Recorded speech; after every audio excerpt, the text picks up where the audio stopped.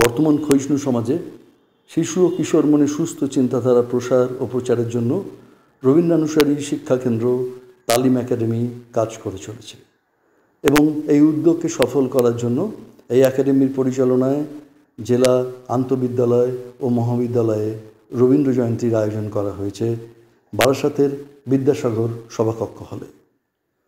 প্রদীপ প্রজ্বলন ও বেদগানের মধ্য দিয়ে অনুষ্ঠানটির উদ্বোধন করেন বারাসাতের বিশিষ্ট চিকিৎসক শ্রী অশোক রায়, ডক্টর তাপস কুমার দে, ডক্টর তৃপ্তিকুণ্ড রায় এবং তালিম একাডেমির অধ্যক্ষা শ্রীমতী রহিমা আলী, শ্রীমতী রাখি সরকার এবং ডক্টর সঞ্জয় ভট্টাচার্য।